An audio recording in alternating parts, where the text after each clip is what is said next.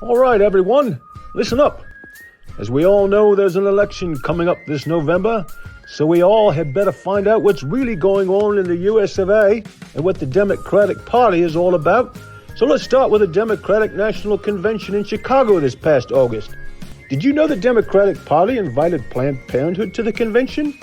That's right, mate. And they had a free abortion clinic outside the convention center where you could not only get a free abortion, but a free vasectomy. But wait, that's not all. No, you could get a coupon for a free hot dog at the Wiener Circle hot dog stand for doing so. What could be better than that? A free abortion and a free hot dog. Life is good. Unless, of course, you're one of the 36 babies being aborted for free during the Democratic National Convention.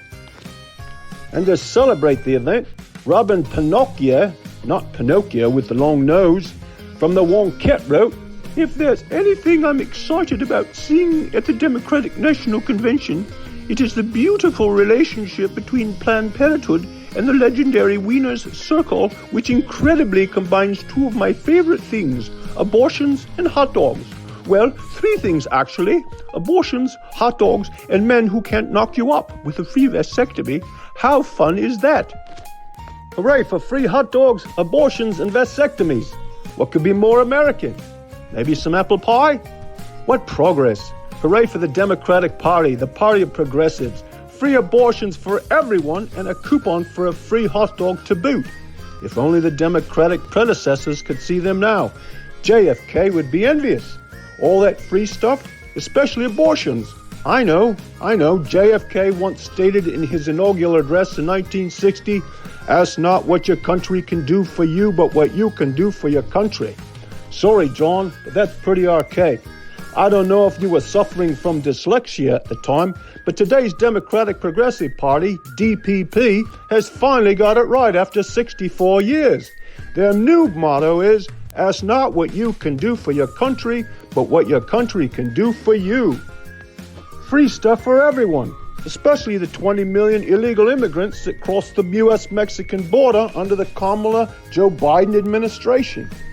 Yes, house them and feed them and give them all kinds of free health care and dental care and a driver's license so they can vote for the Democratic Party too.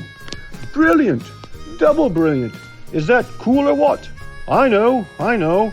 We can now thank Joe Biden and his brilliant foresight in assigning Kamala Harris the job of securing the border. And thank goodness he did, because the Czar of Immigration did a fantastic job. I mean, only 20 million crossed the border under her watchful eye. Imagine what she can do as president. The possibilities are endless. Who knows?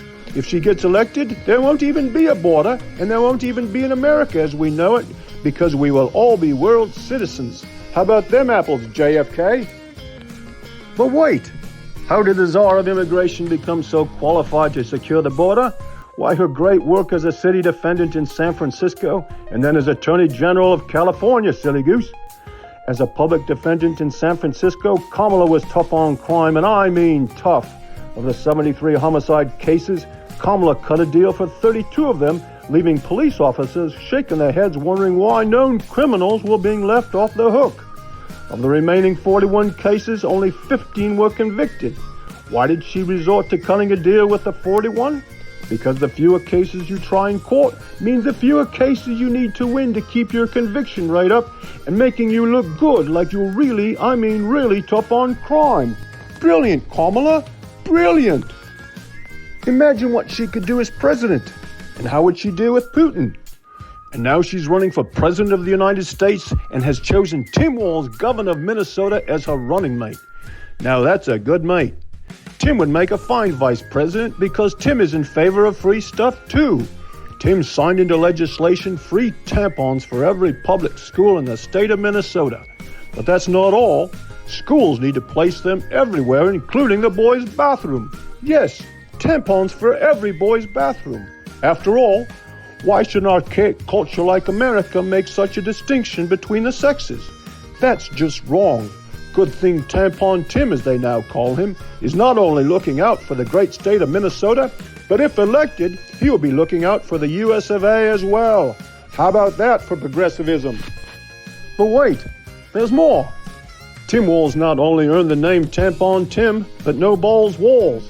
for his courageous act of standing by and allowing rioters to not only tear down statues at the state capitol, but to loot and riot in the streets of Minneapolis that not only destroyed small businesses and their owners' livelihoods, but he also refused to call in the National Guard, allowing those poor rioters to burn down the 3rd Police Precinct in Minneapolis. It was brilliant. No police, no arrests, no convictions.